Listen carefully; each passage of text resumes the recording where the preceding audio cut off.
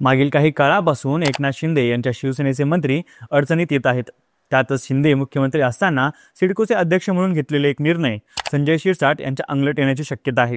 राष्ट्रवादी काँग्रेस शरदचंद्र पवार पक्षाचे आमदार रोहित पवार यांनी पत्रकार परिषदेमध्ये शिरसाट यांनी तब्बल 5,000 कोटी रुपयांची जमीन एका कुटुंबाला ते सिडकोचे अध्यक्ष असताना पहिल्याच बैठकीत दिल्याचा आरोप केला.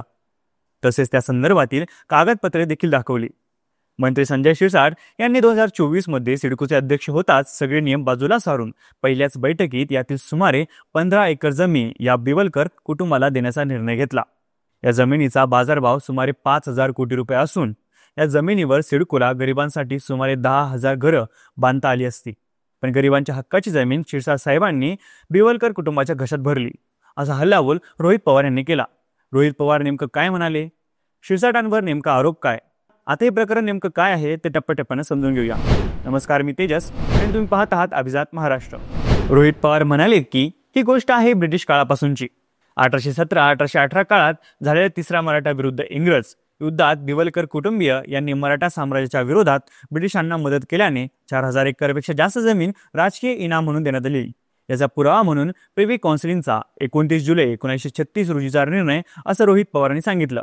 तत्कालीन कोल्हापूर जिल्ह्यातील रोहा, पनवेल आणि अलिबाग, उरण या तालुक्यातील 15 गावं ही जमीन आहे. आपटे, घरवाडी, कोरळ, सारसाई, दापोली, मोरारे, उळवा, तरगळ, चिंचोळी, तालावल्ली, पेंढावा, सागरगड, काळुशी, पुनादे आणि सावरो या सर्व गावातील एकूण 4,078 एकरपेक्षा जास्त जमीन बिवलकर कुटुंबाला मिळाली होती. रोहित पवारांच्या म्हणण्यानुसार 1952 मध्ये या बिवलकर कुटुंबाने गोलमाल केला. 1952 बॉम्बे सरंजाम, जहागिरी आणि अन्य इनामे रद्द कायदा. हा कायदा आला तेव्हा अशा इनाम जमिनी सरकारकडे जाणार होत्या.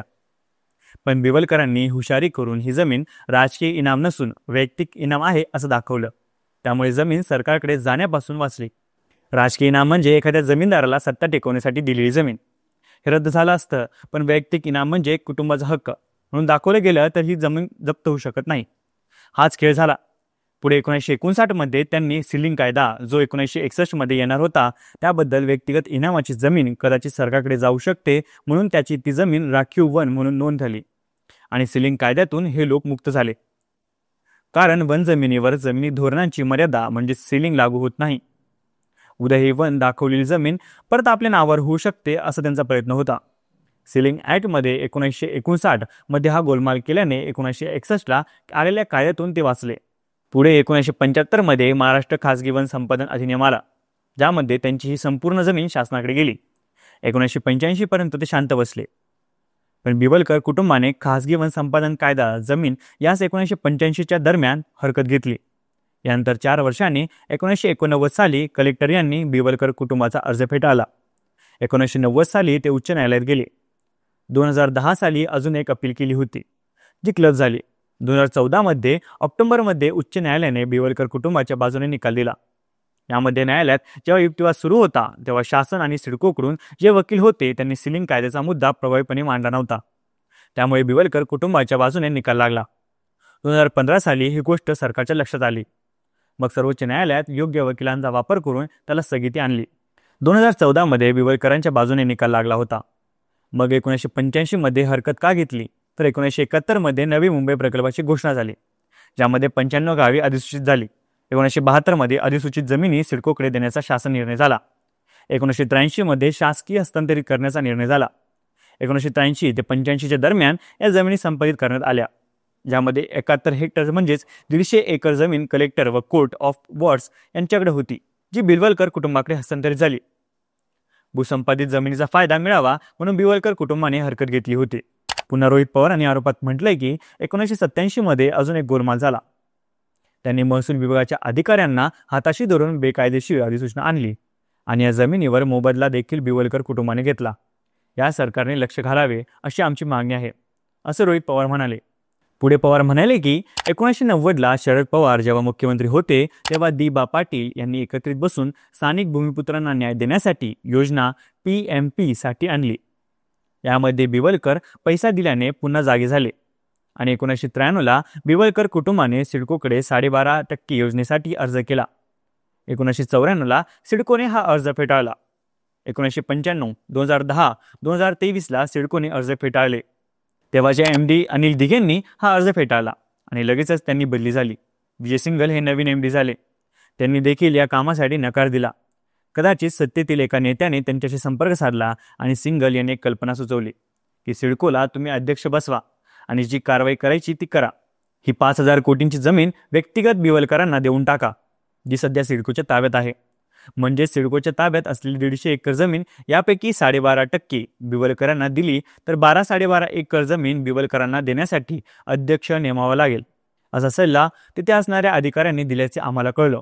1 मार्च 2024 रोजी नगर विकास विभागाने बिलवलकर कुटुंबाला जमीन वाटप करण्यासाठी आलेले पत्र सिडकोला दिले.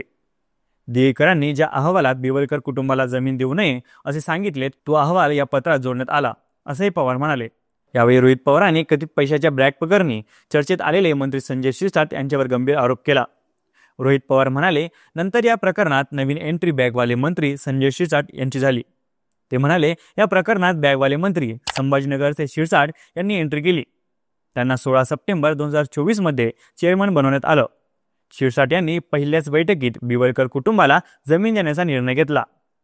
त्या गरिबांसाठी असणारी सिडकोच्या ताब्यातील जमीन पहिल्याच बैठकीत बिवलकर कुटुंबाला दिली. यावेळी रोहित पवारांनी खोट्या पैशांनी भरलेली बॅग देखील माध्यमांना दाखवली. रोहित पवारांनी सांगितले की शिरसाटांनी 61,000 स्क्वेअर मीटर अशी जमीन, ज्याचे बाजार मूल्य 5,000 कोटी आहे, ही जमीन बिवलकर कुटुंबाला दिली. 8,000 स्क्वेअर मीटर पर ट्रायपार्टी करार झाला आहे. तिथे आता डेव्हलपमेंट सुरू आहे, पण त्यामध्ये गरिबाला घर मिळणार नाही, तर तिथे श्रीमंताला मिळणार आहे. रोहित पवारांनी एक्सवर पोस्ट केली आहे, ज्यामध्ये त्यांनी शिरसाटांवर आरोप केला आहे. ते म्हणाले की मराठा साम्राज्याविरोधात ब्रिटिशांची मदत केल्याप्रकरणी नवी मुंबई परिसरातील सुमारे 4,000 एकरहून अधिक जमीन ब्रिटिशांनी बिवलकर नावाच्या कुटुंबाला दिली होती. नंतरचे विविध कायदे, नियम आणि निकालानुसार ही जमीन सरकार जमा झाली, परंतु वेगवेगळ्या प्रकारे गोलमाल करून ही जमीन परत मिळवण्याचा बिवलकर कुटुंबाने सातत्याने प्रयत्न केला. त्यालाही त्या टप्प्यावर नकार मिळाला. पण विद्यमान मंत्री संजय शिरसाट यांनी 2024 मध्ये सिडकोचे अध्यक्ष होताच सगळे नियम बाजूला सारून पहिल्याच बैठकीत यातील सुमारे 15 एकर जमीन या बिवलकर कुटुंबाला देण्याचा निर्णय घेतला. या जमिनीचा बाजार मूल्य सुमारे 5,000 कोटी असून या जमिनीवर सिडकोला गरिबांसाठी सुमारे 10,000 घरं बांधता आली असती. पण गरिबांच्या हक्काची जमीन शिरसाट यांनी बिवलकर कुटुंबाच्या घशात घातली, असे रोहित पवारांनी एक्सवर केलेल्या पोस्टमध्ये म्हटलं आहे. तर सिडकोच्या या प्रकरणामुळे केवळ जमीनच नव्हे तर राजकारणाचे पायाभूत तत्व हादरले आहेत. संजय शिरसाट यांच्यावर याआधीही ब्रॅग प्रकरणापासून ते जिल्ह्यातील जमीन, नाशकातील हॉटेल असे अनेक आरोप झाले आहेत. आता तर त्यांच्यावर थेट 5,000 कोटीच्या जमिनीचा व्यवहार केल्याचा आरोप होत आहे. यामुळे आता संजय शिरसाट यांचे मंत्रिपद धोक्यात येईल का असा प्रश्न उपस्थित होतोय. रोहित पवारांनी थेट राजीनाम्याची मागणी केली आहे. आता हा वाद केवळ सिडकोपुरता नाही तर शिंदे सरकारच्या प्रतिष्ठेचा प्रश्न बनला आहे आणि पुढच्या काही दिवसात या प्रकरणातला निकाल महाराष्ट्राच्या राजकारणाची दिशा ठरवू शकतो. या प्रकरणाबद्दल तुमचे मत काय ते कमेंट करून आम्हाला नक्की कळवा आणि व्हिडिओ आवडल्यास लाईक आणि शेअर करायला विसरू नका.